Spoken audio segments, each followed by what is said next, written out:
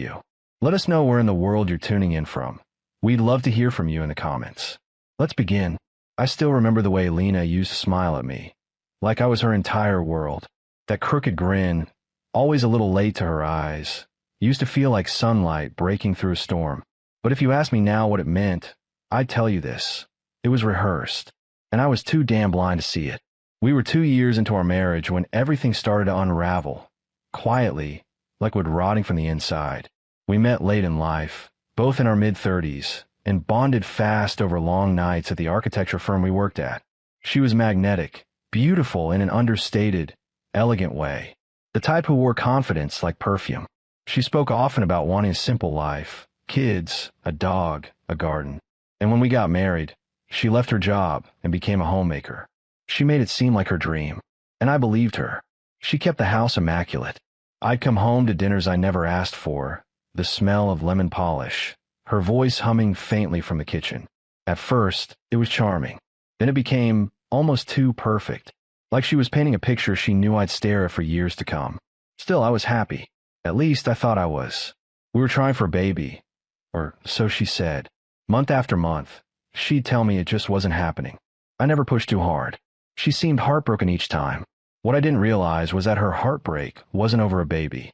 It was about the man she couldn't stop seeing behind my back. It started the night I left my office late. A co-worker, Mira, had dragged me to an unplanned dinner party. I texted Lena to ask if she was okay with it. She responded sweetly, saying I deserved a break, told me to have fun, and even offered to warm up food for me when I got home. I smiled at her text.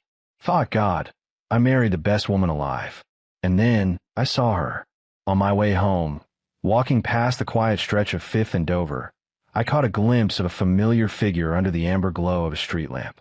She was laughing, head tilted back, hand tangled with someone else's. My Lena, with a man I didn't recognize. They didn't see me. I stood hidden behind a bus shelter, heart in my throat, every breath caught like a fishhook in my ribs. It wasn't just the hand-holding. It was her face, that same crooked smile.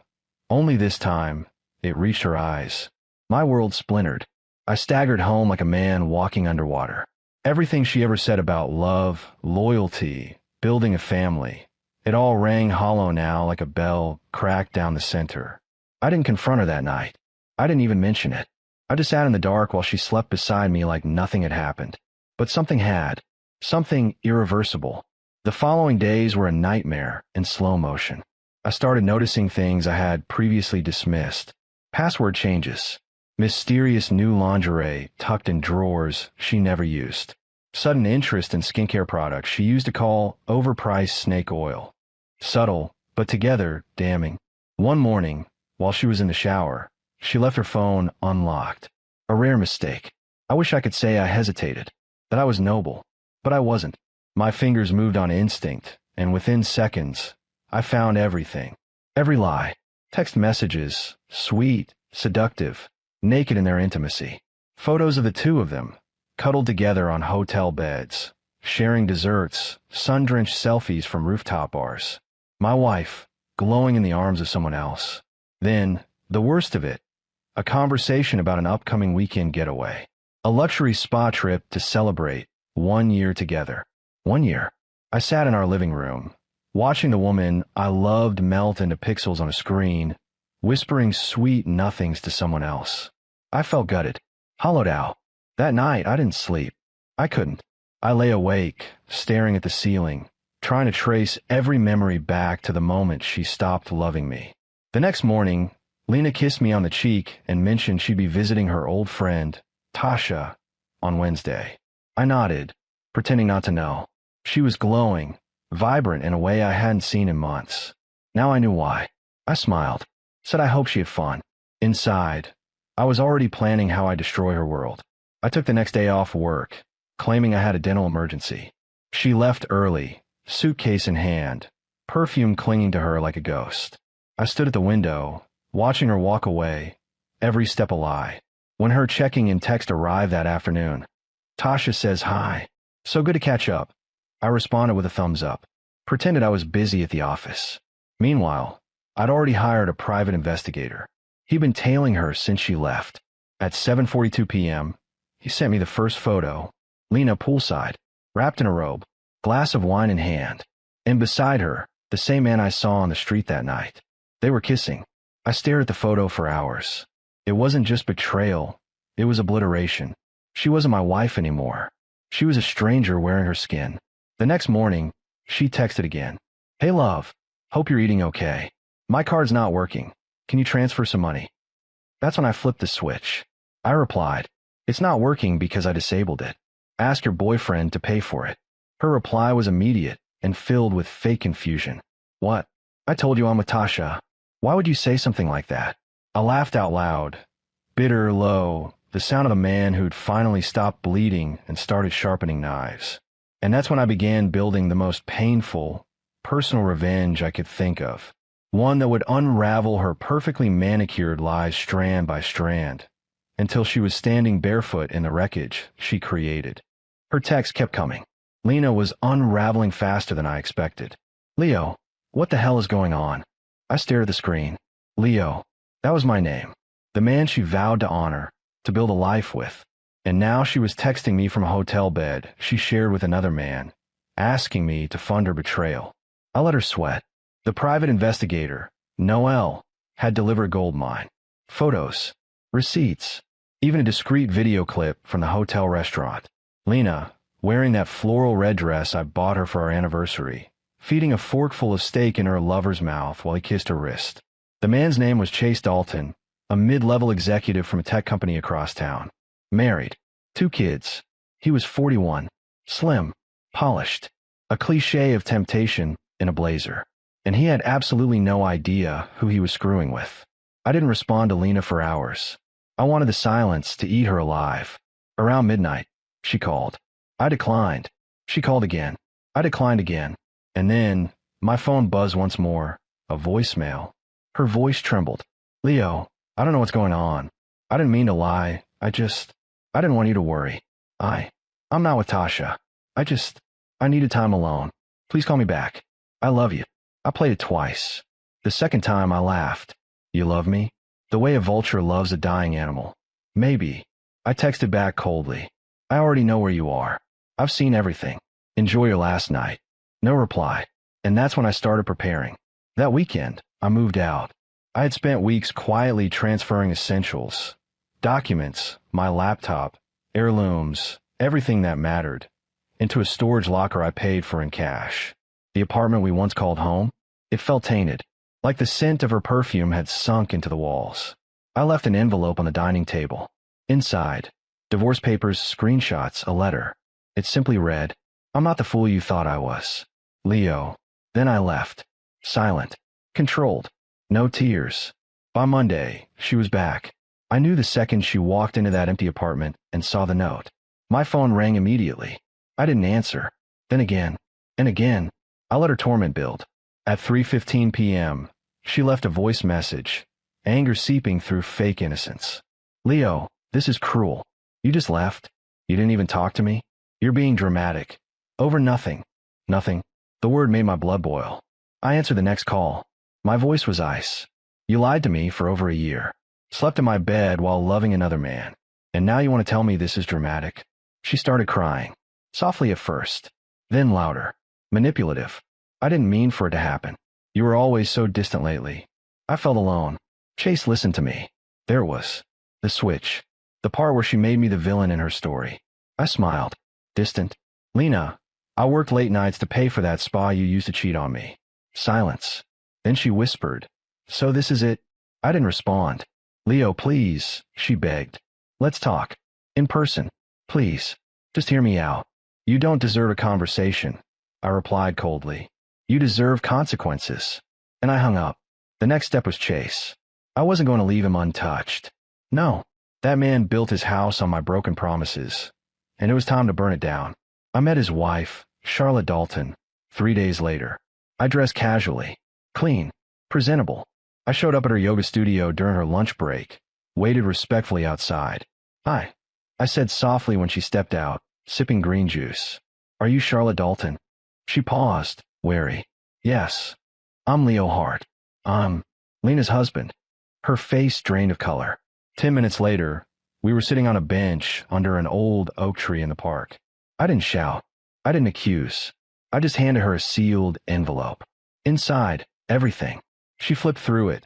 Photos, messages, hotel bookings.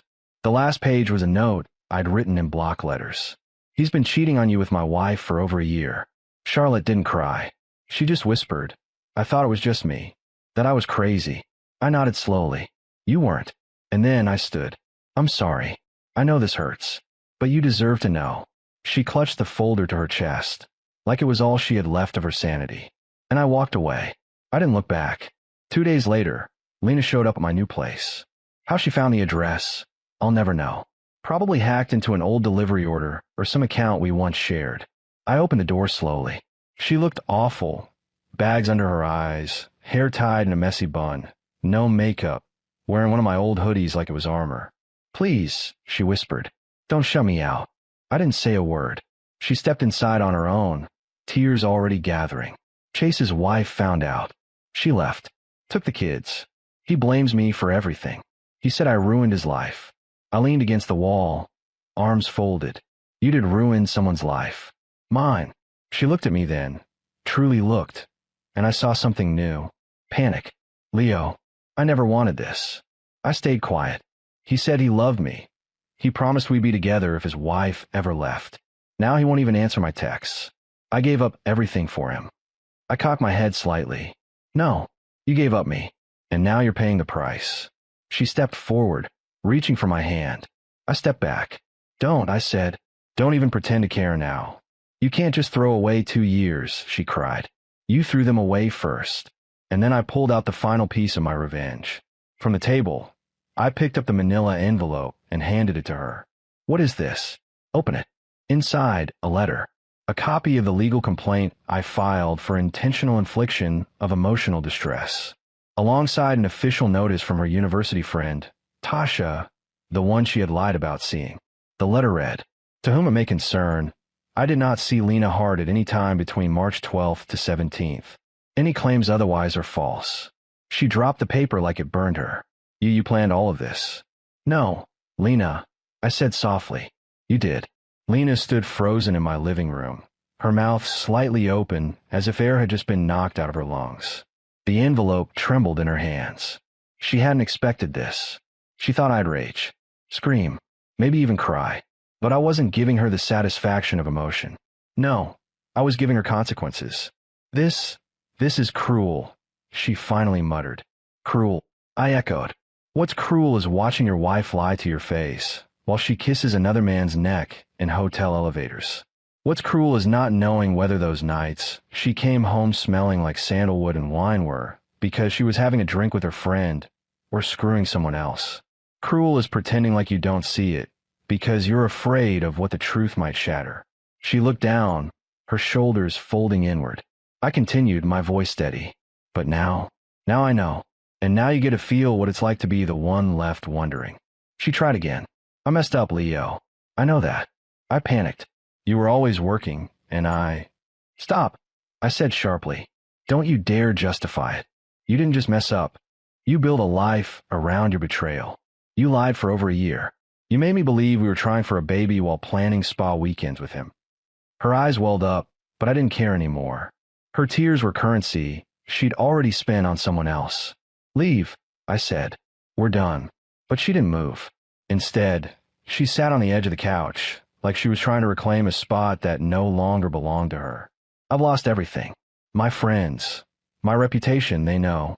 Charlotte posted everything on social media. My inbox is full of people calling me a liar and a homewrecker. I didn't respond. I wouldn't comfort her. I wasn't her husband anymore. I was her reckoning. She cried harder now. I can't go back to my job, Leo. They saw it. My former boss emailed me and told me not to bother reapplying. He said it's a bad look for the firm. That's not my problem, I said coolly. I was stupid, she shouted. I thought I was falling in love with someone new, but it was just stupid lust. It wasn't real. You were real. You always were. I leaned in, my tone dropping to a whisper. Funny, I used to say the same thing about you. Her face crumpled, and I watched her break. But I wasn't done yet. The next day, I met with my lawyer, Maya Patel, a no-nonsense woman with a silver tongue and sharper instincts. She'd handled nasty divorces before, But when I showed her the compiled evidence, texts, images, timelines, even proof of Lena's financial transactions using my money to fund those getaways, she smiled. "This is airtight," she said. "You'll walk away clean." "I want her to walk away with nothing," I replied. Maya didn't flinch. "Then that's what we'll do." She filed a petition to freeze the joint accounts. We also submitted documentation proving Lena's financial misuse. Since most of the assets were in my name, our condo, my stocks, my car, she had no leverage. Lena, once so poised and proud, was now fighting to survive in a world she had scorched herself. But I wasn't done. Not yet.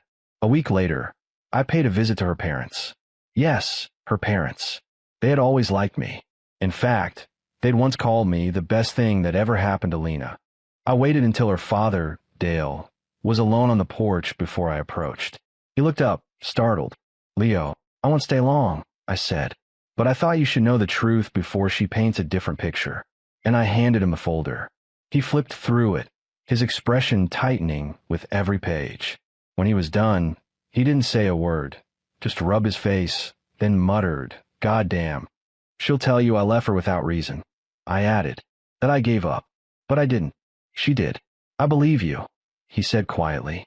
"I always warned her. Don't mistake comfort for weakness. You didn't deserve this." It wasn't about vengeance anymore. It was about truth, making sure every corner she tried to retreat to had already been illuminated.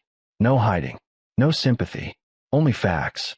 That weekend, I threw away the last box of her things. And that's when something unexpected happened. I cried, not because I missed her, but because I realized I had stopped missing her.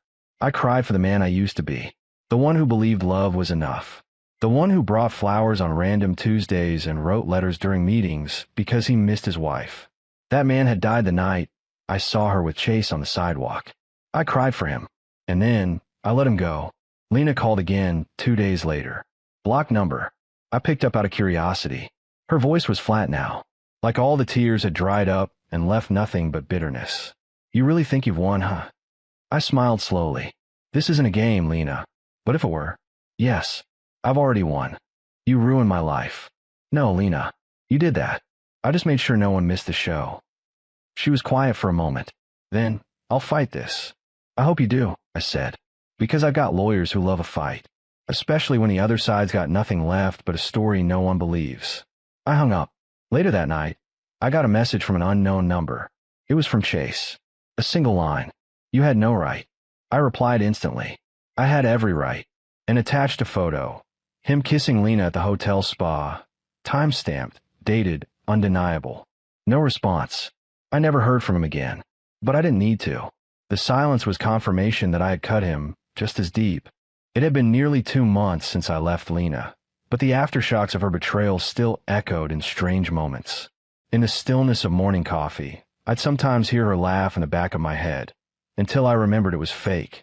Every intimate moment we ever shared was now blurred with doubt. And yet, I was beginning to breathe again. Peace had returned, slowly and cautiously, like a wounded animal. I started running in the mornings. Therapy once a week. I even reconnected with my brother, who I hadn't spoken to in nearly a year because of how consumed I was with Lena. She tried calling a few more times. I ignored her. Then she started emailing. Desperate. Apologetic. Then angry. Then apologetic again. A classic cycle of guilt and manipulation. One I had finally become immune to. And then, the email that almost made me laugh out loud. "Leo, I've lost everything. My parents won't even speak to me. Chase has completely disappeared. I don't even know where he lives now. I have no job, no friends. I just want to start over. I know I messed up, but can we meet once? Just one real conversation. Closure, if nothing else. Closure." She was asking for closure from a man she'd buried alive. I drafted a reply. "You don't want closure, Lena. You want forgiveness. But I'm not your priest. I'm the grave you dug for your old life." I didn't send it. I didn't have to. Some ghosts are better left haunting the living. That week, I got a call from Maya, my lawyer. "She's contesting the divorce," she said flatly. "She doesn't have grounds," I said. "We both know that. She knows it too. But she's trying to delay it. She's requesting mediation." My jaw clenched. Let her waste her time. I'll bring the receipts. The mediation was scheduled a week later in a downtown office. I arrived early, suit pressed, head clear.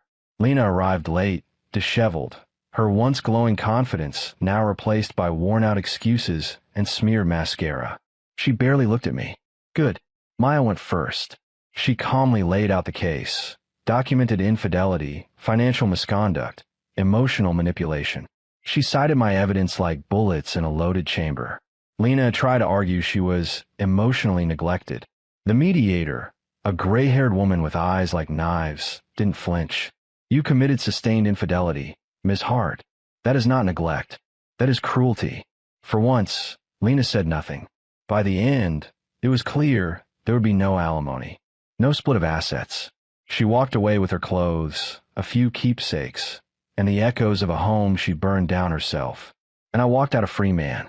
2 weeks later, I received a letter from Charlotte Dalton, Chase's wife. It was handwritten. Leo, you didn't just save me. You woke me up. I would have spent years blaming myself, trying to fix him, but you gave me truth. That's more than most people ever get. I've filed for divorce and taken the kids. I've started my own business too. Just wanted you to know, you're not the only one who came out stronger. Gratefully, Charlotte. I held the letter like it was gold. This was justice. Not courtroom victories. Not social shame.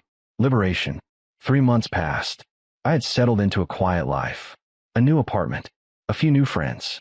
I wasn't dating. Not seriously. I wasn't ready. But I was learning to love my solitude. I started teaching a night class. Introduction to Architectural Theory. My students were fresh-faced, hopeful. Every time I stepped into that lecture hall, I remembered what it felt like to build something that mattered. One night, after class, I stopped at a little Italian cafe I'd never noticed before. A woman behind the counter handed me a cappuccino with a smile that wasn't forced. Rough day, she asked. I chuckled. You could say that. Want to talk about it? She asked. I looked at her. Honest eyes. No games. Maybe someday, I said. Her name was Eva, and she didn't know a single thing about my past. And that felt like hope. Meanwhile, Lena was falling apart publicly. One of her mutual friends, an old co-worker of mine, called me. Have you seen her Facebook page? I hadn't. I'd unfollowed her months ago, but curiosity got the better of me. Her once curated feed was now a graveyard of vague sadness. Photos of empty wine glasses, inspirational quotes, a selfie with a caption. Some people are only meant to teach you pain. Her comments were filled with pity from strangers and silence from those who actually knew her truth.